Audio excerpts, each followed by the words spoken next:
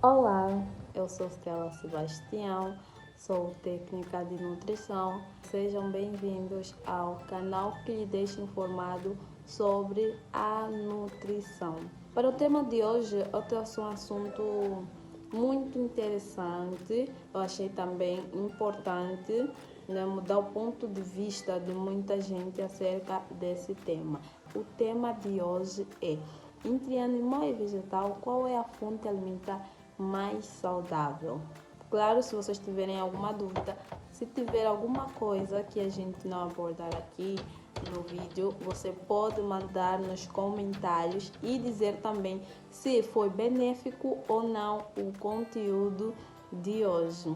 E para você que caiu aqui de paraquedas, eu convido você a me seguir nas minhas outras redes sociais. E para quem não segue ainda, me acompanha também e se inscrever aqui, assinar os sininhos de notificações, para que sempre que a gente postar um vídeo novo, você seja notificado e poder assim aumentar o seu conhecimento. E claro, se você achar esse conteúdo importante, eu convido você a compartilhar com quem você acha que seria importante para essa pessoa ouvir isso, seja familiar, amigos, colegas. E vamos para o nosso vídeo de hoje.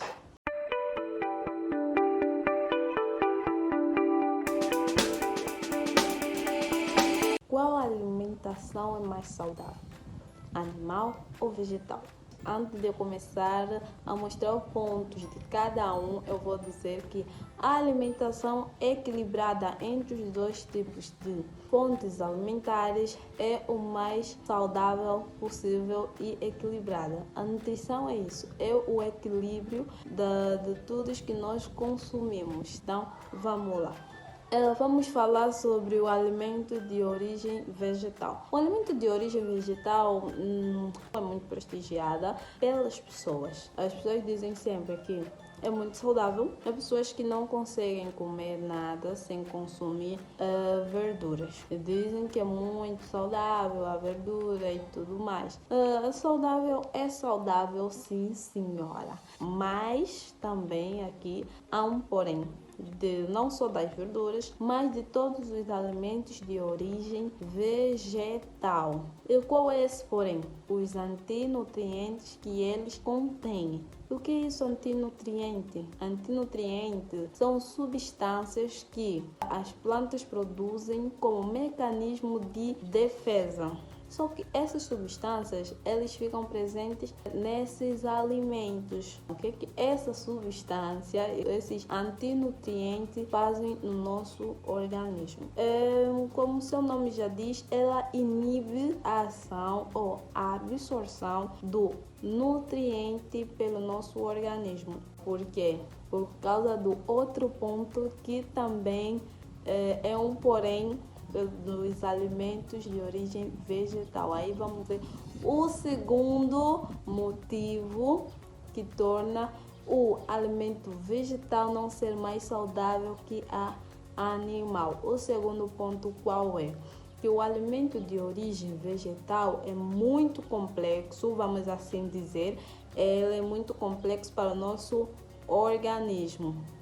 Por quê? Porque a absorção desses nutrientes de origem vegetal é um pouquinho mais complicado, leva um pouquinho mais de processamento, leva mais tempo. Um nutriente que eu posso dar aqui, um exemplo é o ferro. Existem dois tipos de ferro, o ferro M e o ferro não M. O ferro M, o nosso organismo consegue ter uma absorção de 30%.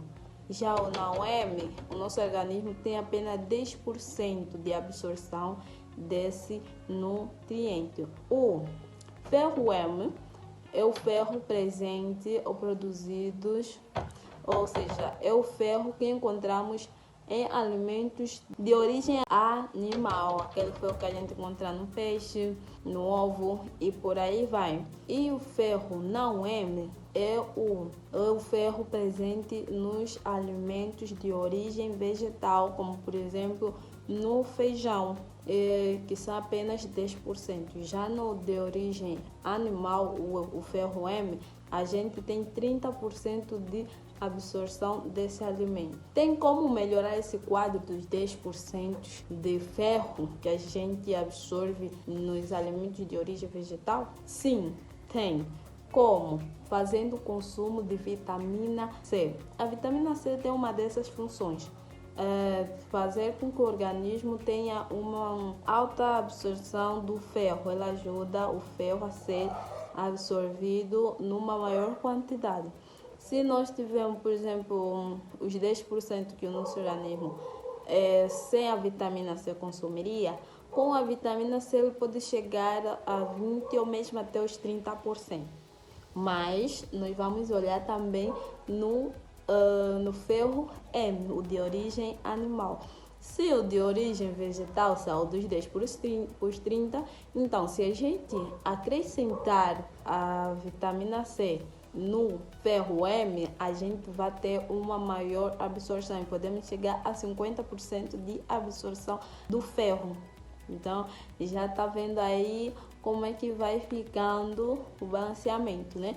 Tem muito desses casos, as pessoas quando têm anemia e não só, né? É recomendável sempre consumir alimentos de fontes de ferro, principalmente de fontes animais. Se você é um nutricionista, ele vai recomendar você a consumir alimentos que contêm ferro mais de origem animal e reduzir o consumo de alimentos de ferro vegetal. Muitas das vezes também acontece isso para quem tem gastrite. Muita gente que já teve gastrite, teve o caso de gastrite, foi proibido consumir algumas leguminosas como feijão, entre outros. Teve uma vez em que eu fui dar uma palestra, eu e mais alguns colegas, professores da minha escola. A gente foi fazer uma palestra e teve alguém que tocou nesse ponto. Ele disse: como é possível um nutricionista proibir consumir feijão se feijão é muito saudável e mais saudável ainda do que a carne? Então, a gente teve aí um processo de explicar, mostrar cada ponto, por que se proíbe ou se evita, né? A forma mais correta de dizer evitar, não proibir, né? Evitar o máximo consumo de feijão, esses alimentos que contêm ferro de origem vegetal. Sendo também que o peixe é bem mais rico em ferro do que o próprio feijão. O feijão só é famoso em conter o ferro, né? É só famoso, mas não é o alimento mais rico que contém ferro. E sendo a carne tem uma vantagem porque ela é bem mais absorvida do que o próprio feijão. Então, a gente foi explicando, mas no contexto dele estava que alimentos de origem vegetal são mais saudáveis do que alimentos de origem animal. Mas com um pouco de trabalho, dedicação, porque não é fácil mudar algo que uma pessoa tem há anos, né? É uma conduta alimentar que uma pessoa tem há anos, sabe que é correto, não é fácil mudar esses aspectos, mas a gente conseguiu explicando, né, mostrando os pontos, graças a Deus, a gente conseguiu, porque não é fácil convencer alguém a mudar hábitos alimentares, é muito difícil, mas foi muito bom resolver esse assunto. Foi um dos motivos que me motivou a falar sobre esse tema aqui no nosso canal. Mas, além desses problemas, né, temos mais pontos aí, que é o terceiro ponto já. Vamos falar sobre o terceiro ponto que torna o alimento de origem vegetal não seja mais saudável que o alimento animal. Claro, a gente vai chegar no alimento de origem animal. Qual é esse ponto? Os micro-organismos. Nos alimentos de origem animal também tem, só que tem um porém aí, que a gente vai chegar quando a gente for falar de alimentos de origem animal. Nesse contexto, eu vou falar simplesmente que ele contém muito mais e tem sempre mais probabilidade de conter mais micronutrientes do que o de origem animal. Por quê? Porque o alimento de origem vegetal está mais presente, está mais exposto ao ar livre, ao ambiente normal, está sempre exposto. Nós sabemos que os micro-organismos estão sempre presentes no espaço, no ambiente, em todo lado. Então, o tempo todo que ele fica aí, o processo de crescimento, amadurecimento, até estar pronto para ser colhida. Temos esses problemas aqui. Tem como solucionar isso? Tem, só que também ali temos um porém, um caso que faz aqui em Angola, que é na preparação da quizaca. A quizaca, ao ser preparada, ela passa por um processo de pasteurização. O que é isso, pasteurização? Para quem não sabe o que é pasteurização, a pasteurização é um método de eliminação de micro-organismos e aumento de prateleira, ou seja, o tempo de validade de um alimento sem adicionar nenhum produto químico. Como é que é feita a pasteurização? A quizaca, ela passa por uma pasteurização em que é aquecida a água abaixo de 100 graus Celsius e é metida na água por 20, 15, 30 segundos e depois é retirada. Só que ele passa por esse processo apenas uma vez. Se for um outro alimento, ele pode passar 3, 4 ou mesmo mais vezes. A quizaca passa simplesmente uma vez por pasteurização. E isso é muito bom. Por quê? Porque ele diminui micro-organismos, ele também reduz os antinutrientes e faz com que, não sei se é real, mas as pessoas dizem que faz com que a quizaca não seja amarga. Nunca fiz um teste para ver isso, né? E ele é pisado, a quizaca, nesse caso, ela depois é pisada e depois é voltada num fogo e é cozida ali. Só que, vamos dizer aqui o outro porém, né? O alimento de origem vegetal tem muitos porém. Quando a gente vai buscar eliminar algumas coisas, a gente elimina mais do que aquilo que nós queremos. Como assim eliminamos mais do que nós queremos? É o caso de nutrientes. Quando a gente vai fazer esses processos de pasteurização ou esterilização, porque também pode ser feita uma esterilização, a gente vai perder nutrientes. No caso da quizaca, não muito, porque a temperatura não chega a 100 graus Celsius, só depois vai ao fogo e não é retirada. Quando vai ao fogo, não é retirada aquela água que ele coze com ele, que é muito bom, conserva os nutrientes mesmo aí, mesmo ele passando por uma temperatura alta. Já outros alimentos, como por exemplo o grão de bico, ele passa por processos em que ele é posto de molho por 12 ou mesmo 24 horas. Aí esse processo é muito bom porque nesse período de tempo que o alimento é posto em molho, o grão de bico, ele vai perder aí antinutrientes. Antinutrientes vai ser reduzido numa quantidade considerável, mas ele também vai perdendo nutrientes, assim como vai perdendo os antinutrientes, ele também perde nutrientes. Quais são esses nutrientes que são perdidos? Normalmente são os micronutrientes, nesse caso. Nesses micronutrientes temos o complexo B e a vitamina C, que são muito sensíveis e que mais se perde nesses processos. E depois de fazer o demolho no grão de bico, o grão de bico é posto ao fogo e ele leva uma temperatura alta.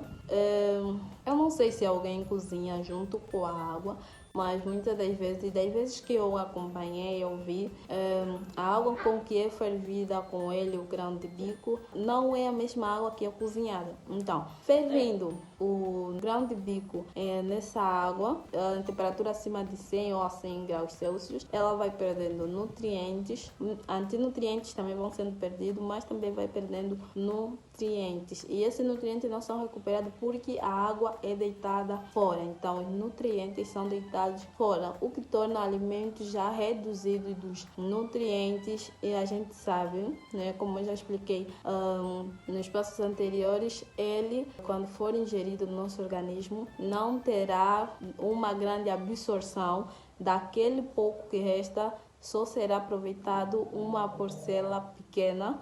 Então, isso já é aqui um problema para a gente. Então, nos alimentos de origem vegetal tem sempre um porém que causa com que a gente vai tentando melhorar os alimentos, mas também a gente vai perdendo aí muita coisa no alimento. Esses são os três. Eu disse 3 pontos, são 3 pontos mesmo. Existem mais alguns, mas de momento não estou a ser muito lembrada desses alimentos. Então, vamos passar por os alimentos de origem animal. O que é que acontece nesses alimentos de origem animal? Será que também tem uma dor de cabeça como essa nos alimentos de origem animal? Não. Alimentos de origem animal não possuem antinutrientes, o que já é muito bom. Ela é de fácil absorção pelo nosso organismo. Elas têm micro-organismos em uma quantidade muito pequena que torna inofensiva. Mas, porém, né, tem aqui um porém, quando a gente faz um manuseamento inadequado, né, ou uma manipulação inadequada nos alimentos, ou a gente não conserva diretamente, ou leva muito tempo para conservar esses alimentos. Temos o caso de carne, no exemplo de carne, vou falar aqui de alimentos de origem animal in natura, ou seja, alimentos que não sofreram nenhum processo, nenhuma alteração, nenhuma adição de substâncias, aditivos e conservantes também. Nesse caso vou falar da carne de caça. Quando caçada, o animal, essa carne ela tem menos de 15 minutos, na verdade, para ser conservada. Por quê? Porque os micro-organismos, eles multiplicam, nesse caso as bactérias, elas multiplicam-se de 15 em 15 minutos. Então, o mais adequado é fazer logo em que é feita a captura do animal, tratar logo a sua carne fazendo um congelamento, uma fumagem ou uma secagem.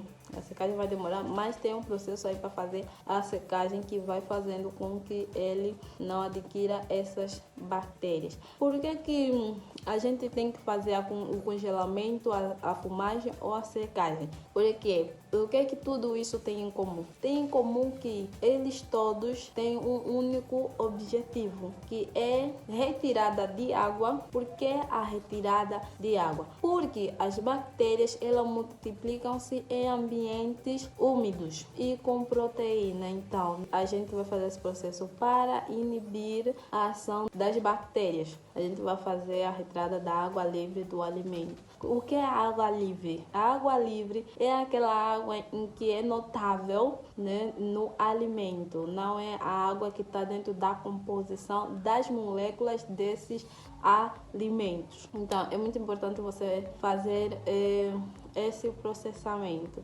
Então, a secagem, a pasteurização ou congelamento. O congelamento, porque o congelamento não retira a água, mas a água é transformada de líquida para sólida, o que bloqueia a ação dos micro-organismos. Ela simplesmente bloqueia, não elimina as bactérias. Consequentemente, se você fazer o descongelamento desse alimento, as bactérias ali terão as suas ações ativas, elas poderão multiplicar-se à vontade. Então, por isso, ressaltar aqui que quando se faz o descongelamento e a gente queira recongelar, o que não é muito aconselhável, porque nesse processo as bactérias vão multiplicar-se mais, vão estar em maior quantidade do que estava antes quando congelada. Então, o que é que você pode fazer? Antes mesmo, né, de fazer o congelamento desse alimento, você fazer uma pasteurização, uma esterilização que vai fazer com que reduza muito mais os micro-organismos, essas bactérias. Ou mesmo pode fazer isso depois do descongelamento, você fazer a pasteurização ou a esterilização, o que vai fazer com que não haja bactérias e nem causa uma infecção alimentar.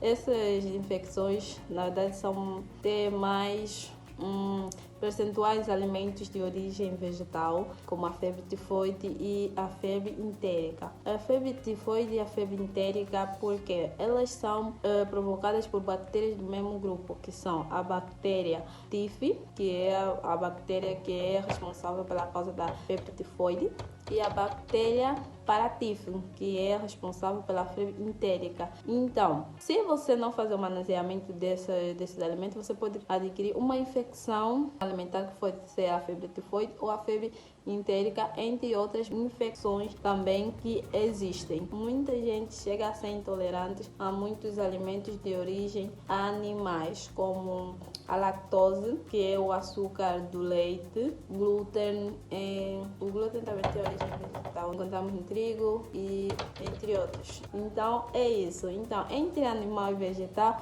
nós sabemos que o menos saudável, ou seja, o que menos dá-nos nutriente que torna menos saudável, é o de origem vegetal, e o mais saudável é o alimento de origem animal, porque em alimento de origem animal não temos tantos problemas assim, tanto quanto a gente tem de origem vegetal. Então é isso. Faça do seu alimento, seu remédio, da sua cozinha, a sua farmácia. Vemo-nos no próximo vídeo e não esquece, curta o vídeo. Se no princípio você tinha desconfiança, agora você já viu, você chegou até aqui comigo, é porque se interessou pelo assunto, ajudou-lhe alguma coisa. Então eu peço que também me ajude, assim como eu pude lhe ajudar, curtindo o vídeo para o YouTube valorizar ele e disponibilizar para mais pessoas.